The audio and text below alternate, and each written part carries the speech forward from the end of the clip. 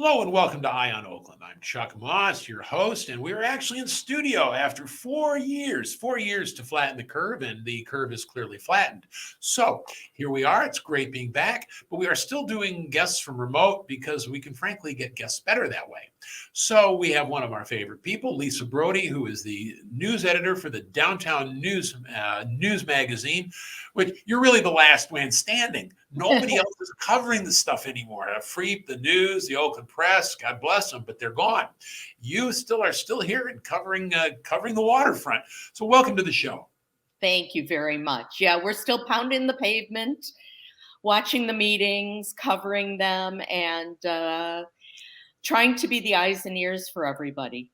Yeah, well, someone's got to do it, and Right. no one's doing it anymore. It's great.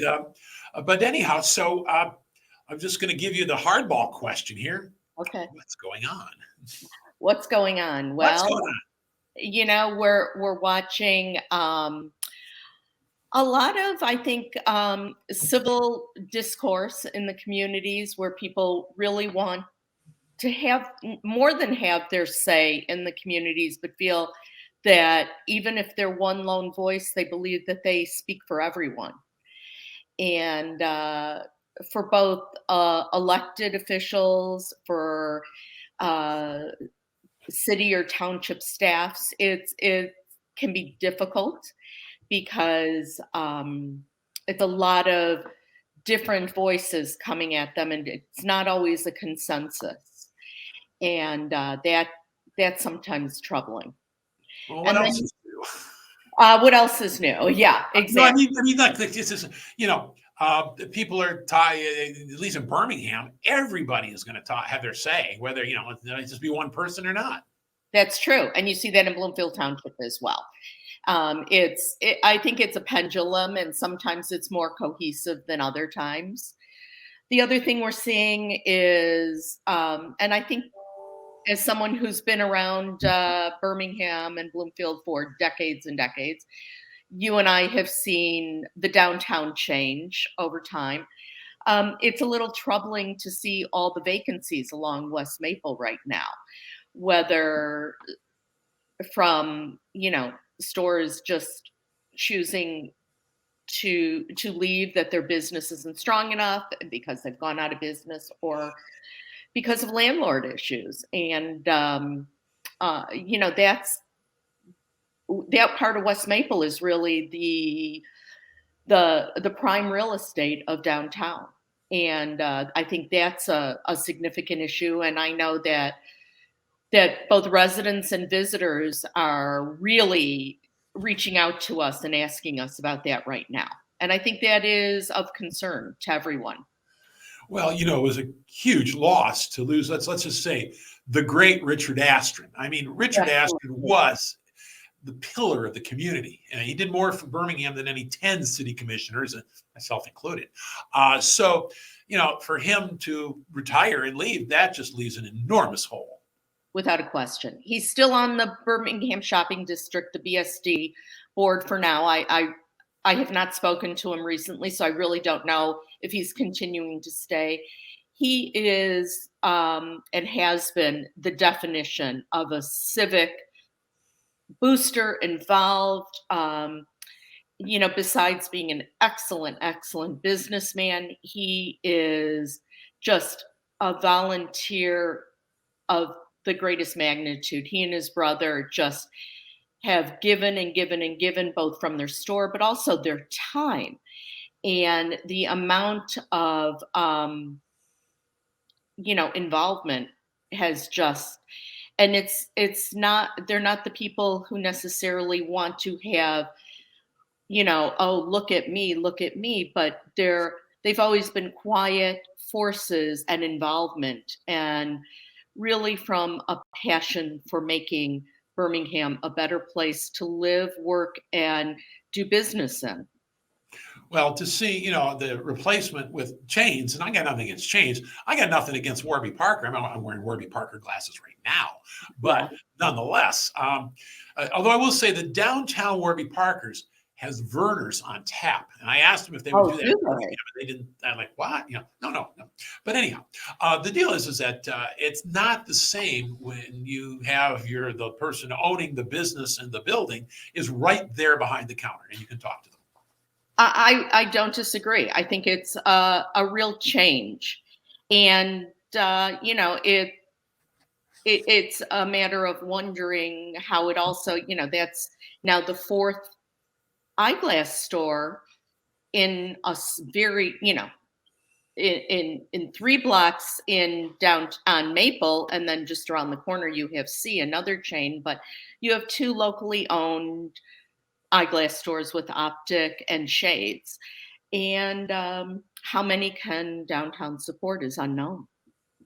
Well, this is something, I mean, down Birmingham, and actually, there was a Dick Gindin cartoon, the great cartoonist from the Free Press, and it showed spring in Birmingham, and it showed them changing the storefronts out, and there would be stores on wheels that one went in and one went out. Yeah. I tried to get a copy of it, and I actually called Gindin up. He lives in Traverse, and he said, "No, there are no copies about that." And I realized I'm an old news guy, so he wasn't going to do it. Right. And I actually found that there is one of his big compendiums had it, and I bought it, and I've made copies, and I have it in my down framed in my office. But yeah, it was ever this. For a while, there was a million Coney dog places, and then there were a million of this, and they kind of go and come and go.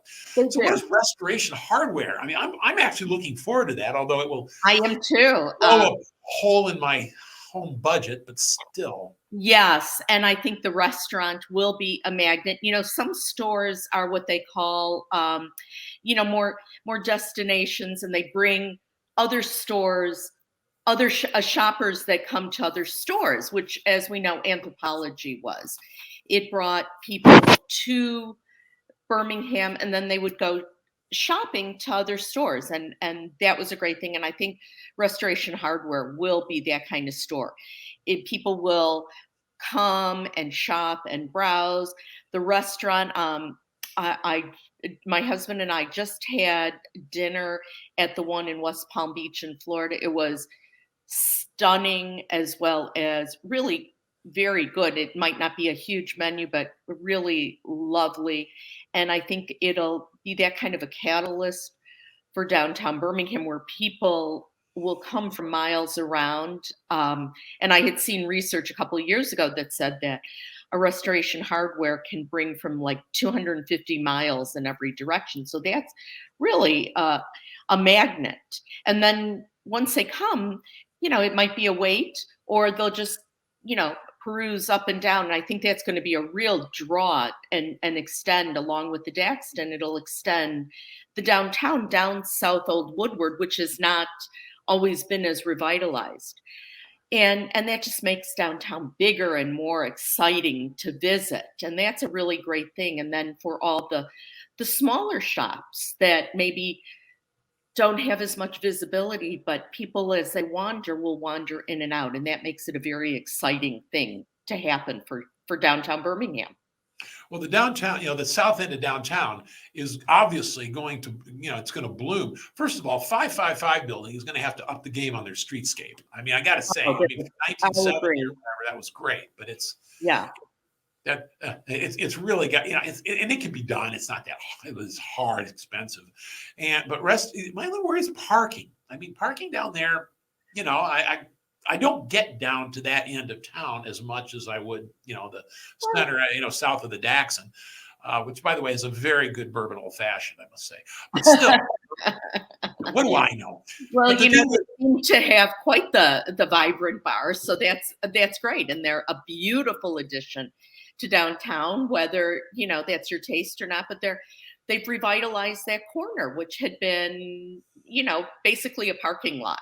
It was a real estate firm, and then a doctor's office. So, that did not generate the business. Again, people will come there, or they'll just walk through to see the artwork, and so that really does. But we always worry about parking. That goes back generations, and it's a push-pull. But Restoration Hardware will have some underground parking, as well as a lot of the business will be more, especially for restaurant, in the evening. So the parking garages, there's the Pierce Street, there's the Peabody. They don't get as much business in the evening. And if we look at the data each month from the monthly passes, they're way down because office workers are not coming in daily, as well as many of us work remotely now. So we're not in every day. And, pre-pandemic, the the garages were full to bursting, and they really aren't now. But there is on-street parking, and uh, I remember always hearing that if your parking is full, it's a good problem to have. Well, sure. When we did the 2016 plan back, in 94, 95, parking wasn't even an issue. It was like air and water. The idea that these Right. garages would ever be full was, like, sure, Yeah. what century? And then it was. But, it's funny you mentioned about office is because this is really, truly the first time in 4 years I've been back in the Bloomfield BCTV studios. I Right. did it all remote. So now we're back in, but we're still doing the guest remote, so I can get you don't have to come in. Right. But this has been everybody's got a weird obsession. This one's mine. If people aren't coming back to office in the same amount, what are we going to do with all the office capacity we have? And we got a lot of it. I know downtown Birmingham is like 95%, and I know that like downtown Detroit's doing well. But what are you going to do with 13 Mile and Telegraph and places like Southfield, where it is not surrounded by a walkable community? What the heck is going on with office? And you guys should know probably more than anybody. It's a conundrum, and that's we have looked at it, and we talked to people, and it's even when let's say downtown Detroit might have at least, but when you have people working hybrid schedules, so that maybe they're in the office 2 days a week, but they and that's true with the ad agencies in Birmingham. So you don't have as much walkability, people walking the streets even now. And so the stores don't have as many people wandering in them. And the restaurants during the day don't have as many people. And the Starbucks at the corner of Maple and Old Woodward don't have as many people coming in and the lines out the door. And that sounds really great, except it really isn't. And when I've talked to restaurateurs, be it Birmingham, Detroit, Troy, Royal Oak, Southfield, what they find is they don't have enough business to support lunch business. I'm not talking about like a Greek Island or a Leo's, but many restaurants, the reason that, you don't see many restaurants offering lunch business is because, believe it or not, a lot of people went out to lunch. They didn't just eat at their desk like I would often, but there's not business lunches, there's not casual. You don't have, the ladies going out to lunch as much, or whoever. And that impacts everything. If you don't have office workers, you don't have them then heading back to their office or going back to their garage and at the end of the day and wandering into a store and picking up a lipstick, or going into a store like a Fabrique, which was in town since 2019 with casual, women's wear. Well, there weren't as many people shopping. And so there's that impact. Yeah, well, then that little Middle Eastern place that we used to always go to, that's Right. closed. Yeah, well, we're going to take a break right here. We're talking with Lisa Brody, who is the news editor for Downtown News Magazine, and we will be right back. I'm Chuck Moss. Don't go away. We'll be right here on Eye on Oakland. Shake, shake, shake.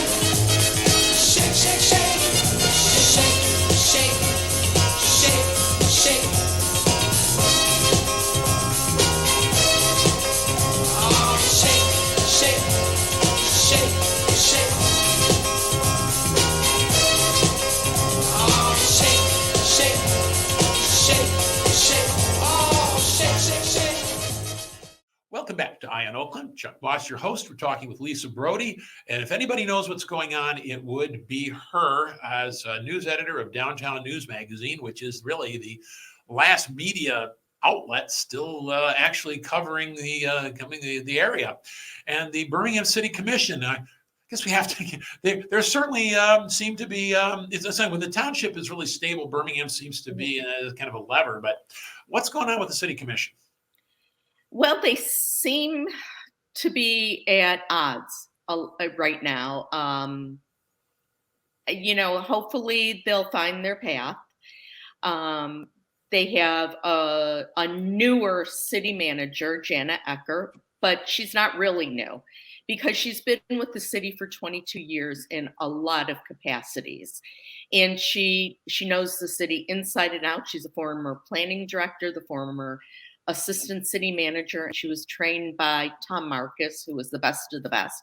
The great Tom Marcus. The great Tom Marcus. And Jana is very, very bright and knows the city inside and out. And she has a good handle on it. And from what we hear really well, that all the department heads just really, really adore her, and many of the city commissioners do too. That doesn't mean that some don't test her. There are a few city commissioners who are contrarians and feel that even if they don't read the agenda packets, that they know better than everybody else. And that can be dangerous because a little knowledge can be more dangerous than a lot of knowledge, as well as there is, in any community, there is certain ethics you have to follow, and it's set by the Michigan Municipal League, and you really have to follow certain formats and certain ethics. And that means you don't meet. It doesn't mean you can't meet with the public, but you can't say certain things. And that has now expanded to include social media. And if it's going to come before, if an item is going to come before the city commission eventually, whether it goes before the ZBA or the planning board first, that means you can't get involved and make statements in any way, shape, or form, including on social media. And there's especially one that does not seem to grasp the concept that is ethically out of bounds. But I'll be honest, I used to do that all the time. And by the way, does that mean that if there's an issue that is percolating through the community, I can't talk with you about it? Because you're the press. I mean, you're going to call me up and say, they're talking about, buying a new dog collar for every dog in Birmingham. What do you think about that? And I say, well, I can't talk about that. I don't know. I don't have an opinion. Well, there's some people who feel that way, and others who want to speak to us, and some talk off the record and some talk on the record. But that is our role, is to be in communication with everybody and to hear both sides. Absolutely. And to learn and know about issues thoroughly. And we try to do that very thoroughly. And another thing that we do, and it's a part that I love, regardless of which community, is to try to be a bridge builder and help bring people together. Maybe they're parts of the government, and maybe they're lay leaders and or business people, and to help bring that communication together. And often it's behind the scenes and has nothing to do with what we're maybe writing about, but it's something we work to do, and we can be that liaison that. But that's your job. In fact, frankly, that's your job constitutionally, and that's why we have the constitutional protections we have for y'all to be able to say what you want to do. That is that's what's supposed to happen. But is it wrong if I'm a city commissioner and I don't like the idea of the dog collars? I can't. You call me up, say what's going on with dog collars. I have to say, oh, no comment. No, you can speak freely. That doesn't mean I'm going to print it. No. But should I be barred from talking to you because it would be unethical at the city commission? No, I say no. No, but if you are sending out a newsletter to many people stating before it's coming to you, well, I've seen this and there's no way, so that you are influencing votes, then that can be wrong. Interesting. Every U.S. senator, congressman, state senator, everybody does that. But yeah, I can understand how that could be construed as something that's not good. I don't know. Like I And said, it depends on in what format. Some of them don't just say, I'm against that, which might be one thing. Our discourse today is not really always very polite. now, I served with Don De Lanzetta, and I served with Bob DeLaura. So I remember Bob DeLaura. Those days. There are other commissioners I served with who would walk into city commission meetings and slit open their packet and pull it out and go, oh, what's going on here today? So, Yeah, we know some of those too in every community. There are some who are thorough and work hard and are very knowledgeable, and some who, it's, phone it in. 30. Tell me about it. Yeah, no. Yeah. Again, I do think Elaine McLean is very, very earnest and is very, really is, working hard at being mayor. I do know that. I agree. And Therese Long did really a phenomenal job too. And but Elaine is exuberant and diligent, and I think she's turning out to be a great mayor. I think she's a real leader. She's a leader, and that's what's needed. For a while there it was kind of rudderless. Yeah, well, that's why you should only be mayor for 1 year. No, but so maybe the good stuff is only. I was only mayor for 6 weeks, but oh well, I don't know what happened there. I gave the key to the city to Santa Claus. That's basically all I did.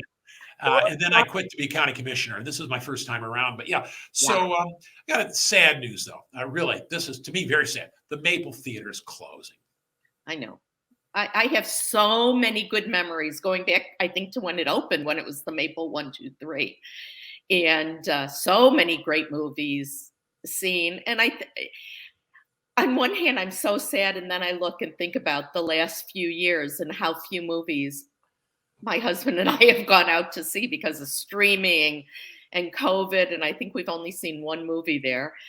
As well as when you go to the Birmingham or the Palladium and those lounge theaters, those lounge chairs, it does spoil you. But it's heartbreaking to think that we've lost another independent movie theater that plays independent. But and the Goldsteins were just so devoted and members of the community and managed it and tried everything. They kept bringing different restaurants.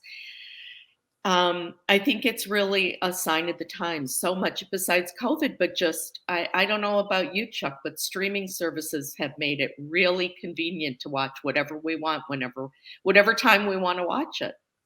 Yeah, but it's not the same. And I like movies. The last movie I saw there was I'm not interested in seeing Iron Man 93, or the fourth reboot of the Ninth Doctor or whatever it is. Right. But I saw Golda there, which was great, but I was the only one in the theater. Isn't that sad? There you go. Yeah, I saw that on a plane, I think, but we saw The Holdovers, which was just a fabulous, fabulous movie. But again, yeah, I'm not into those Marvel movies, which my sons go see, in town. But, we're our generation watching some of these movies, these niche movies are going to be harder and harder for us to access. You'd think with all the legal marijuana, someone would make money like taking a theater and showing Yellow Submarine at midnight. But, oh, well, You might not be up then. Fantasia. Yeah. Enough about that. So much for Baseball 1973. Right. So you had a piece on aging on Oakland. I know that they're going to do something with the Y. That's right. It's about time Birmingham up the game.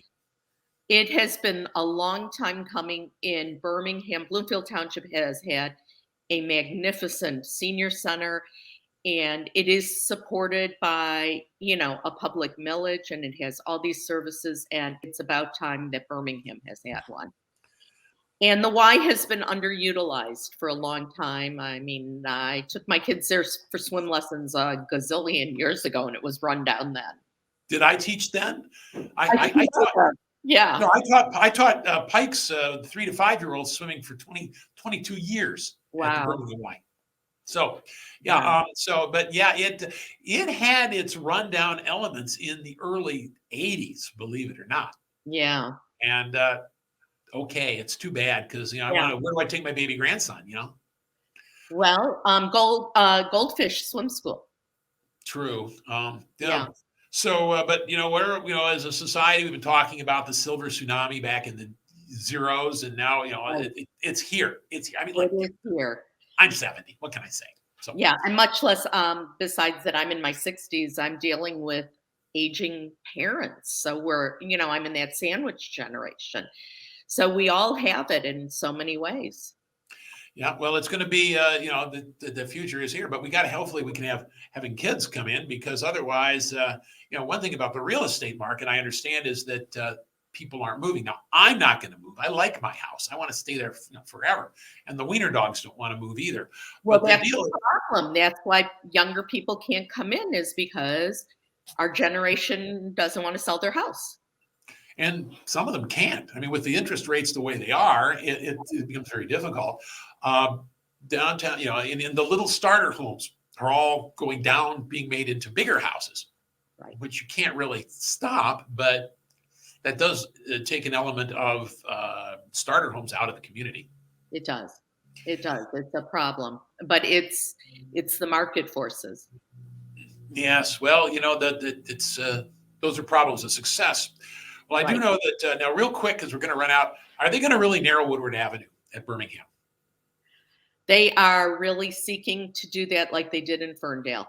And all the communities up and down Woodward, Berkeley, Royal Oak, Birmingham, Bloomfield Hills, they are working with the state because it's the state that controls that roadway. That's MDOT, and it's through the state, and they are having conversations along with lawmakers to put it on a road diet and narrow it with the intent to have not just for safety, but have people going through the communities and to stop in them and try to shop and dine and utilize them. In Birmingham, the goal besides slowing traffic is to try to combine the two, or to have the two sides of Birmingham more coalesce. Yeah, well, I know Ferndale. It can kind of. I've seen it in Ferndale. Ferndale, of course, is right on Woodward Avenue, Correct. and it works. But it is dangerous. I understand that. I've almost seen my wife and the kids wiped out twice from people cruising through red lights at 60 miles an hour. And, they were. So I get it, but where's the traffic? Where the cars going to go? They're going to go through the neighborhoods. That's a problem. Well, that's a problem. And look at Woodward was Michigan's first roadway, and it's always been the from downtown all the way to Pontiac, and it was almost a highway. And so there's a lot of people who want to go fast on that road. Well, M1, and you know what? It goes all the way to through Clare to Farwell. It's the same road. But anyway, this is a great conversation. Unfortunately, we're going to have to leave it here because we're out of time. Thanks for talking to us, Lisa Brody, who is the news editor of Downtown News Magazine. I'm Chuck Moss. Thank you for having me. Thank you for coming, and thank you for joining us here on Eye on Oakland.